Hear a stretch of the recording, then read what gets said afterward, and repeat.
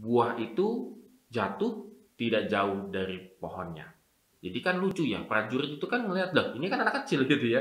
Tapi kenapa bisa bisa memiliki power?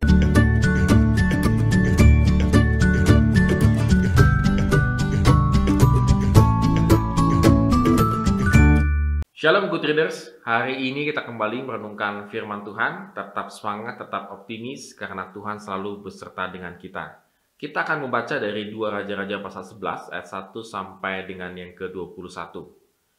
Tetap ya membaca dengan seksama karena walaupun ayatnya agak panjang sedikit begitu ya. Good readers, kalau kita pernah berpikir kenapa ya rencana yang saya selalu buat itu gagal? Padahal sudah kita pikirkan dengan baik-baik, kita mengganti-ganti metode, dari metode yang baik sampai yang kurang baik begitu. Tapi tetap saja rencana yang kita buat itu hasilnya kebanyakan gagal daripada berhasilnya. Nah, pada hari ini kita akan coba melihat satu cerita firman Tuhan yang mudah-mudahan bisa menjadi referensi kita kenapa rencana kita gagal. Kalau kita perhatikan tadi bacaan kita, maka kita akan melihat ada dua putri kerajaan yang berbeda karakter dan juga kelakuannya. Yang pertama adalah putri Atalia, bapaknya Ahab dan ibunya adalah Isabel. Ketika Atalia tahu bahwa anaknya Ahasya itu sudah mati, maka dia mengamuk begitu ya. Dia mengamuk dengan sengamuk-ngamuknya, dia membantai seluruh keluarga kerajaan. Pokoknya hal-hal yang berbau dengan kerajaan dia bantai. Kenapa? Tujuannya cuma satu, dia ingin menjadi penguasa negeri di Israel. Tentunya aneh kan, ibu suri bisa melakukan hal itu. Saya rasa sih pasti bisa. Jangan-jangan maksudnya karena ibu suri kan cenderung tua begitu, sudah tua, sudah lanjut usia dan segala macam, tidak memiliki kekuatan. Kekuatannya dari mana? Yes, kekuatannya adalah dari bapaknya Ahab dan juga Isabel yang sangat jahat. Ada peribahasa mengatakan buah itu jatuh tidak jauh dari pohonnya. Inilah yang terjadi dalam kehidupan Atalia.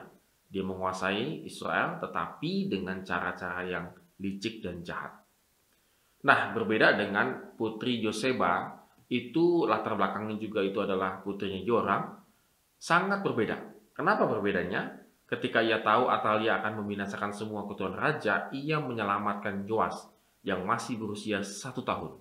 Bisa kebayang ya kalau Yoas yang 1 tahun itu akhirnya harus dibunuh. Wah, itu sangat mengenaskan gitu ya.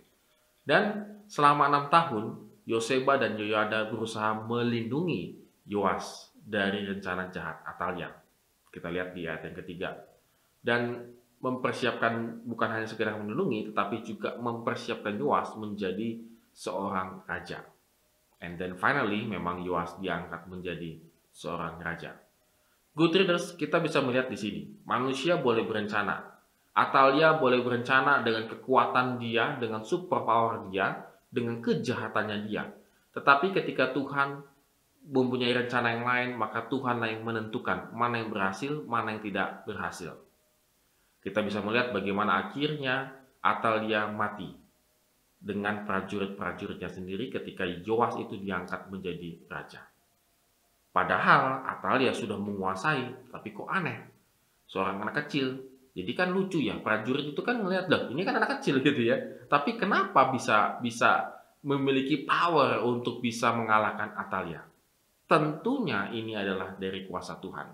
Bagaimana Imam Yoyada pada waktu itu dipakai Tuhan untuk meneguhkan Yoas menjadi raja.